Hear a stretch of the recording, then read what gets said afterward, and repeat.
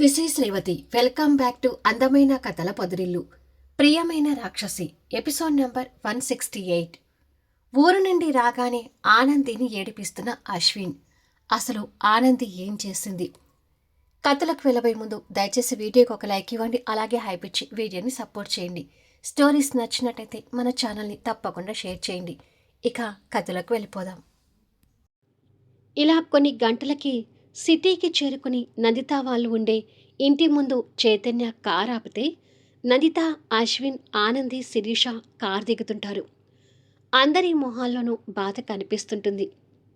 ఈ వారం రోజులు అందరితో కలిసి ఉన్న అమర్కి ఆ క్షణం మనసులో బాధ ఇంకా ఎక్కువ అవుతుంటుంది. అమర్ కార్ దిగి కూతురు దగ్గరకొచ్చి, నీకంటూ నేను ఏమీ ఇవ్వలేకపోయానమ్మా. నీ ఆలనా పాలన చూసుకునే అదృష్టం నాకసలు దక్కలేదు అంటూ జేబులో నుంచి తన కోసం కొన్న పట్టీలు తీసి, ఈ పట్టీలు నీకోసమనే మన ఊరిలో కొన్నాను శిరీష, ఇవి తీసుకోమ్మా అని అంటాడు. శిరీష ఆ పట్టీల వైపు కోపంగా చూస్తుంటే, తీసుకుంటే బాగుండు అనుకుంటూ చైతన్య బామ్మగారు కూడా కారు దిగుతారు. నాకు ఆల్రెడీ మా అమ్మ కొనిచ్చిన పట్టీలు నా కాలకున్నాయి, నాకేమీ వద్దు అంటుంది శిరీష. ఉన్నా తీసుకోవచ్చు శివంగి, మావిని బాధ పెట్టకుండా ప్లీజ్ తీసుకో అంటూ ఆనంది రిక్వెస్ట్ చేస్తుంది. అవును శివంగి, తీసుకో అంటాడు చైతన్య. నందిత, అశ్విన్ మాత్రం తన ఇష్టానికి వదిలేసినట్టుగా మౌనంగా ఉంటారు. నన్ను ఎవరు ఫోర్స్ చేయొద్దు, నేను తీసుకోను, నాకు ఇష్టం లేనివి నేను ఎప్పటికీ యాక్సెప్ట్ చేయను అని అంటుంది. కూతురు మాటలకు అమర్, చైతన్య, ఆనంది బామ్మగారు బాధపడుతుంటే, ఇక వదిలే అమర్, తను తీసుకోదులే అంటుంది నందిత. ప్లీజ్ శిరీష, మొదటిసారి నీ కోసం కొన్నానమ్మా అంటూ రిక్వెస్ట్ చేస్తాడు అమర్. చెప్తున్నది మీకే, నేను తీసుకోను అని మొండిగా చెప్పి లోపలికి వెళ్తుంటుంది. వదిలేయమని చెప్పాను కదా అమర్ అంటుంది నందిత. అమర్ బాధపడుతుంటే చూడలేక. అమర్ బాధపడుతూనే ఆ పట్టీలు పక్కకు పెట్టు అన్నట్టుగా చైతన్యకి ఇస్తాడు. ముత్యాలు కార్లో నుంచి లగేజ్ మొత్తం తీసి బయట పెడుతుంది. అమర్ నందిత వైపు ఆరాధనగా చూస్తూ, వెళ్ళొస్తాను అని అంటాడు. నందితకి కూడా వాళ్ళని మిస్ చేసుకుంటున్న ఫీలింగ్ తన కళ్ళలో కనిపిస్తూ, ఆరోగ్యం జాగ్రత్త అమర్, గాయాలు తగ్గుతున్నాయి కదా అని నిర్లక్ష్యంగా ఉండకు, ఇంకో 2 days మెడిసిన్ కరెక్ట్గా వేసుకొని పూర్తిగా రెస్ట్ తీసుకో అని జాగ్రత్తలు చెప్తుంది. అలాగే అంటాడు అమర్. మీరు కూడా అత్తయ్య, చలికాలం కాబట్టి ఎక్కువగా చలిలో ఉండకండి అని దమయంతి గారి కూడా జాగ్రత్తలు చెప్తుంది. అలాగేనమ్మా అంటూ బామ్మగారు కూడా బాధగా అంటుంది. ఇక ఆనంది కళ్ళల్లో అయితే కన్నీళ్ళే వస్తుంటాయి. చైతన్య శివంగి కోసం పైకి చూసేసరికి అప్పటికే శివంగి పైన విండోల నుంచి వీళ్ళని చూస్తుంటుంది. బాయ్ శివంగి అంటూ చైతన్య చెయ్యి ఊపుతాడు. శివంగికి కూడా చైతన్యని మిస్ అవుతున్న భావన ఉన్నా పైకి అది కనపడనివ్వకుండా మౌనంగా ఉంటుంది. అమర్ పైన కూతుర్ని చూసి కింద కొడుకుని కోడల్ని కూడా ఆరాధనగా చూస్తూ వెళ్ళి కారులో కూర్చుంటాడు. బాయ్ అశ్విన్, బాయ్ ఆనంది అని చెప్పి చైతన్య వచ్చి కారులో కూర్చుంటాడు. మళ్ళీ కలుద్దాం మనవడా అంటూ బామ్మగారు బాధగా చెప్తే, బాయ్ డార్లింగ్ అంటూ వాళ్ళ బామ్మగారిని పట్టుకొని వెళ్ళి జాగ్రత్తగా కారులో కూర్చోబెడతాడు అశ్విన్. మరి కాసేపటికి చైతన్య కారు స్టార్ట్ చేసుకుని వెళ్తుంటే అశ్విన్ కారులో వెళ్తున్న తండ్రిని ఆరాధనగా చూస్తుంటాడు. ఆనంది కన్నీళ్ళు పెడుతూ ఆ కార్కి టాటా చెప్తుంటే కార్ గేట్ దాటుకుని వెళ్లే వరకు పైన శివంగి, కింద ఈ ముగ్గురు చూస్తుంటారు. కార్ వెళ్ళాక, ఇక రెండమ్మ లోపలికి అని చెప్పి అశ్విన్ వెళ్తాడు. నందిత, ఆనంది ఏదో కోల్పోయినట్టుగానే ఫీల్ అవుతూ లోపలికి వస్తారు. అశ్విన్ రూమ్లోకి వచ్చి ఆ 7 రోజులు అక్కడ గడిపిందంతా గుర్తు తెచ్చుకుంటూ సోఫాలో కూర్చుంటాడు. ఆనంది పక్కకొచ్చి కూర్చొని, మరి కొన్ని రోజులు అక్కడ ఉండాల్సింది కదయమ్మా అని అంటుంది. ఇప్పటికే వారం రోజులున్నాము, ఇంకా సరిపోలేదా అని అంటాడు. సరిపోలేదు, అందరం కలిసి ఒక దగ్గర ఉంటే అసలు రోజులు ఇట్టే గడిచిపోయాయి అని అంటుంది. అది నిజమే అన్నట్టుగా అశ్విన్ మౌనంగా ఉంటాడు.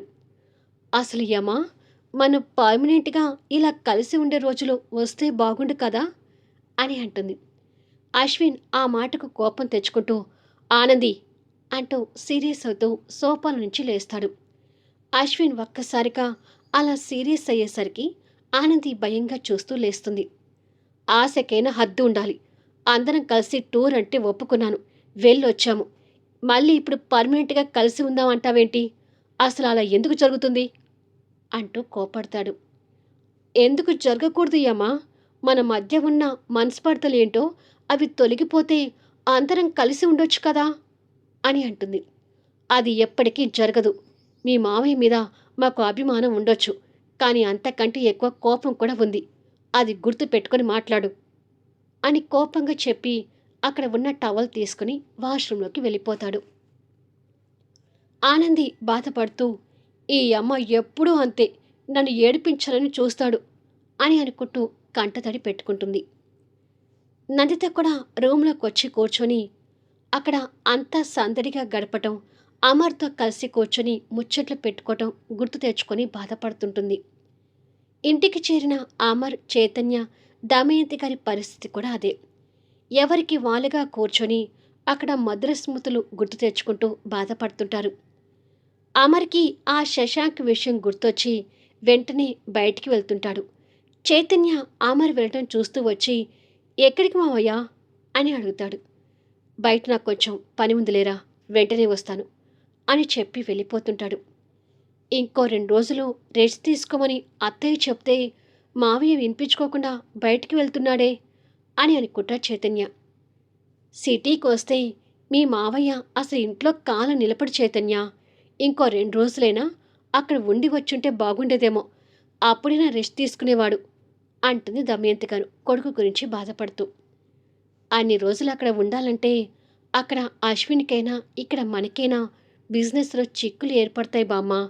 అక్కడ సరదాగా గడిపినా మళ్ళీ ఇక్కడికి వచ్చాక ఆ స్ట్రెస్ అంతా తీసుకోవాల్సిందే అని అంటాడు.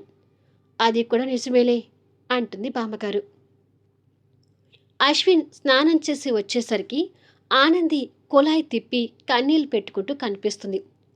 అశ్విన్ నడుంకి టవల్ చుట్టుకొని ఇంకొక టవల్తో షోల్డర్స్ తుడుచుకుంటూ ఓహో, నేను తిట్టానని తన కళ్ళని సముద్రం చేసిందన్నమాట అని అనుకుని తన పక్కకొచ్చి కూర్చొని చేతిలో ఉన్న టవల్ని తన భుజాన వేస్తాడు. ఆనంది కోపంగా ఆ టవల్ తీసి పక్కకు వేసి మొహం తిప్పుకుంటుంది. ఎందుకు తింగరి చీటికి మాటికి అలా ఏడుస్తావు అంటూ తన గడ్డం పట్టుకుంటాడు. పోయమ్మా, నన్ను తిట్టి ఏడిపించింది కాకుండా నేనే పనిలేక ఏడుస్తున్నట్టుగా చీటికి మాటికి ఏడుస్తున్నానని అంటావా అంటూ అశ్విన్ చేని విదిలించుకుంటుంది. మరి నాకు కోపం వచ్చేలా మాట్లాడటం ఎందుకు, నాతో తిట్లు తినడం ఎందుకు అని అంటాడు. నేను ఏది మాట్లాడినా మంచికే మాట్లాడతాను, కానీ చెడుకు అస్సలు మాట్లాడను. నేను చాలా మంచిదాన్ని అని నేను నీకు వేరే చెప్పాలా అని అమాయకంగా అడుగుతూ కన్నీళ్ళు తుడుచుకుంటుంది. నువ్వు మంచిదానివి కాబట్టే నిన్ను ఇక్కడ పెట్టుకున్నాను అంటూ గుండెల మీద చేయి పెట్టుకొని చూపిస్తూ అంటాడు. నన్ను ఎక్కడ పెట్టుకుంటే ఏంటి, నన్నైతే ఏడిపిస్తున్నావు కదా అని అంటుంది. మరి నువ్వు కూడా నన్ను విసిగిస్తున్నావు కదా అంటూ తన్ని ఒడిలోకి తీసుకుని కూర్చోబెట్టుకుంటాడు. నేనంటే నీకు బోలెడంత ఇష్టం ఉన్నప్పుడు నేను విసిగించినా భరించాలి, కానీ నన్ను తిట్టి ఏడిపించకూడదు అని అంటుంది. అంటే నిన్ను ఏడిపించకుండా నేను ఉండాలి, కానీ నువ్వు విసిగించకుండా అయితే ఉండవన్నమాట అని అంటాడు తన నడుం చుట్టూ వేసిన చేతుల్ని బిగిస్తూ. అవును, విసిగించకుండా నేను ఉండను. నా మనసుకి ఏది మంచి అనిపిస్తే అది నీ దగ్గర వాగుతూనే ఉంటాను. నా మొగుడి దగ్గర నేను గారాలు పోకపోతే ఇంకెక్కడ గారాలు పోతాను అని అడుగుతుంది. ఓహ్, ఎలా నీతో వేగేది అని అంటాడు. ఇప్పుడు ఎలా వేగుతున్నావో అలాగే జీవితాంతం వేగు. చిన్నతనం నుండి నన్ను ప్రేమించినందుకు నీకు తప్పదు అని అంటుంది. ఆహా, అయితే నాకు పనిష్మెంట్ వేస్తున్నావా అని అడుగుతాడు. అవును, పనిష్మెంటే అంటుంది కోపంతో. అశ్విన్ నవ్వుతూ తన మెడ మీద మురిపెంగా కొరుకుతాడు. ఆవ్ అంటూ అరుస్తుంది. నాకు ఆ రకంగా పనిష్మెంట్ ఇస్తే నీకు ఈ రకంగా పనిష్మెంట్ ఇస్తాను అంటూ తన మెడ మీద స్వీట్ బైట్స్ ఇస్తుంటాడు. అయ్యో యమా, నువ్విలా చేస్తే నాకు మూడొస్తుంది అని అంటుంది. 3 రానివ్వు 10 రానివ్వు, నౌ ఐ డోంట్ కేర్ అంటూ తనని బెడ్ మీద పడుకోబెట్టి తన మీదికి వాలిపోయి తన అద్రాలను గాఢంగా ముద్దాడుతుంటాడు.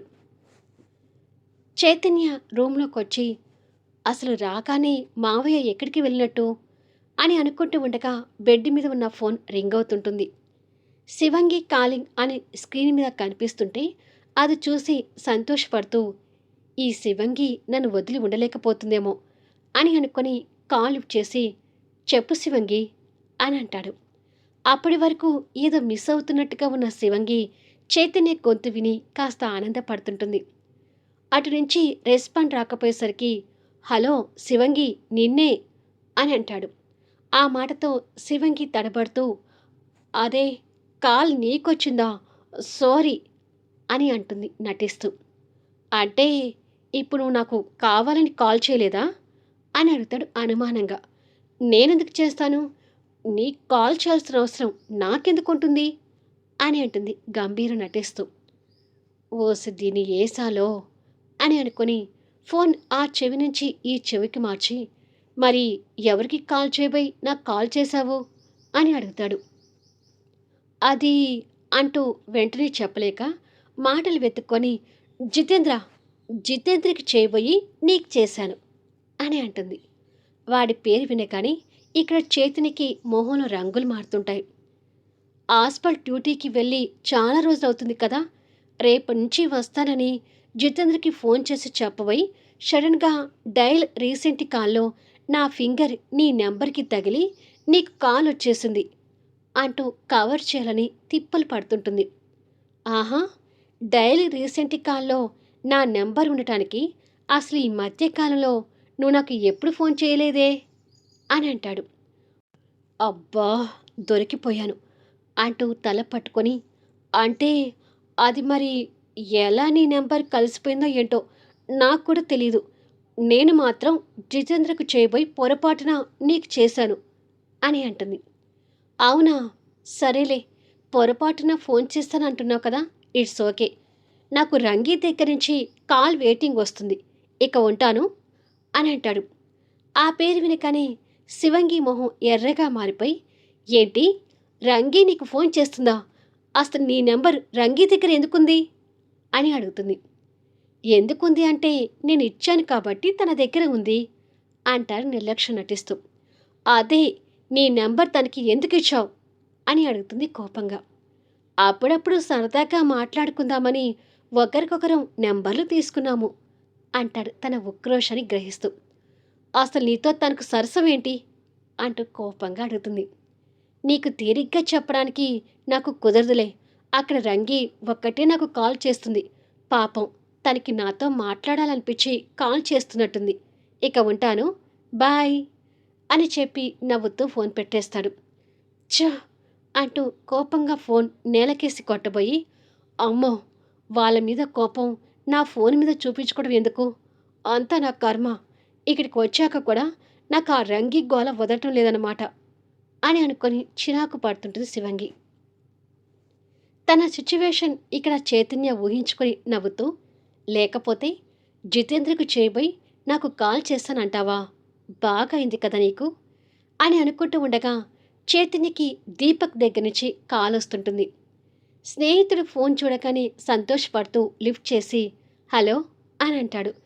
రే చైతన్య, నా పరిస్థితి అస్సలు బాగలేదురా, నువ్వు ఊరి నుంచి రాగానే నా బాధలని నీకు చెప్పుకోవాలని నీకోసం ఈగరిగా వెయిట్ చేస్తున్నాను అంటూ దీపక్ మాటలు ఏడుపు మొహంతో వినిపిస్తుంటాయి. అంతగా ఏమైందిరా నీకు, ఏంటి నీ బాధలు అని అడుగుతాడు చైతన్య. నీ బావ ఉన్నాడు కదా, అదే ఆ యమ నా మెడకి గౌతమి అనే ఒక గుదిబండని తగిలించాడు కదా, ఆ గుదిబండ వల్ల నేను నరకం చూస్తున్నాను అని అంటాడు. అబద్ధం చెప్పినా అతికేటట్టు ఉండాలి, గౌతమి నీకు నరకం చూపించే మనిషి ఏమీ కాదు, అసలు ఏం జరిగిందో చెప్పు అంటాడు కాస్త విసుక్కుంటూ. నా బాధలు ఫోన్లో చెప్తే పోయేవి కాదు, ఎప్పుడు మీట్ అయ్యే దగ్గర మనం ఇద్దరం మీట్ అవుదాము అని అంటాడు. ఇప్పుడు రమ్మంటావా అని అడుగుతాడు చైతన్య. ఇప్పుడు కాదు, సాయంత్రం కలుద్దాం, ఇప్పుడు నేను బిజీ అని అంటాడు. బిజీనా, అంత బిజీగా ఏం చేస్తున్నావు అని అడుగుతాడు. ఆ బిజీ ఎందుకో కూడా నేను కలిసాక చెప్తానులే, ఉంటాను అంటూ హడావిడిగా ఫోన్ పెట్టేస్తాడు. దీపక్ గోడు విని అసలు వీడికి ఏమై ఉంటుంది, ఉద్యోగం కూడా లేదు కదా, మరి బిజీ అంటున్నాడేంటి అని అనుకుంటా చైతన్య. ప్రయాణంతో అలసిపోయిన నంత ఫ్రెష్ అయి వచ్చి బెడ్ మీద కూర్చొని మరిప్పుడు టాబ్లెట్స్ వేసుకోవాల్సి ఉన్నవి, వేసుకున్నాడో లేదో ఒకసారి ఆ అత్తయ్యకి ఫోన్ చేసి గుర్తు చేస్తాను అని అనుకొని దమయంతి గారికి ఫోన్ చేస్తుంటుంది. మళ్ళీ నెక్స్ట్ వీడియోలో కలుద్దాం. అమర్ బయటికి వెళ్ళాడని తెలిసి నందిత ఎలా రియాక్ట్ కాబోతుంది, ఆ కోపాన్ని ఎవరి మీద చూపించబోతుంది, అమర్ హోమ్ మినిస్టర్ మధ్య రాబోయే సన్నివేశం ఎలా ఉండబోతుంది, అసలు దీపక్కి వచ్చిన సమస్య ఏంటి, అంత బిజీగా ఎందుకున్నాడు, చైతన్య శిరీష నెక్స్ట్ మీటింగ్ మళ్ళీ ఎప్పుడు ఎలా ఉంటుంది, చైతన్య శిరీషల విషయంలో నందిత అశ్విన్ తీసుకోబోయే నిర్ణయం ఏంటి, శిరీష చైతన్య మధ్యలోకి రంగి మళ్ళీ వస్తుందా రాదా. కథ నచ్చితే లైక్ చేయండి, హైప్ ఇవ్వండి, మీ అమూల్యమైన అభిప్రాయాలు తెలియచేయండి. అలాగే మన స్టోరీస్ని తప్పకుండా షేర్ చేయండి. Thank you for listening.